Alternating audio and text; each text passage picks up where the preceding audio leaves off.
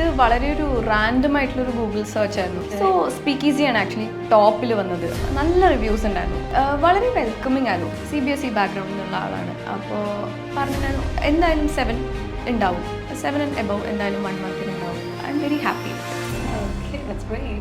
അപ്പം നിങ്ങൾ ഇനി വേറെ ആരെങ്കിലും IELTSനെ കുറിച്ച് ചോദിക്കുമ്പോൾ നിങ്ങൾക്ക് ധൈര്യമായിട്ട് ഇവിടെ ഉറപ്പായിട്ടും, കാരണം എൻ്റെ പേഴ്സണൽ എക്സ്പീരിയൻസ് ആണല്ലോ. അപ്പോൾ ഞാൻ എന്തായാലും റെക്കമെൻഡ് ചെയ്യും. ഇപ്പോൾ ആര് ചോദിച്ചാലും എനിക്ക് അങ്ങനത്തെ ഒരു ട്രീറ്റ്മെൻറ്റാണ് ഇവിടുന്ന് കിട്ടിയത്. സാർ ആണെങ്കിലും മാം ആണെങ്കിലും വളരെ പേഴ്സണൽ അറ്റൻഷൻ തന്നിട്ടുണ്ടായിരുന്നു. ഇപ്പോൾ സാറിൻ്റെ കാര്യം പറയുകയാണെങ്കിൽ ഞാൻ ഇപ്പോൾ എനിക്ക് റീഡിങ്ങിന് ടൈം റെഡി ആവുന്നുണ്ടായിരുന്നില്ല ഇനീഷ്യലി.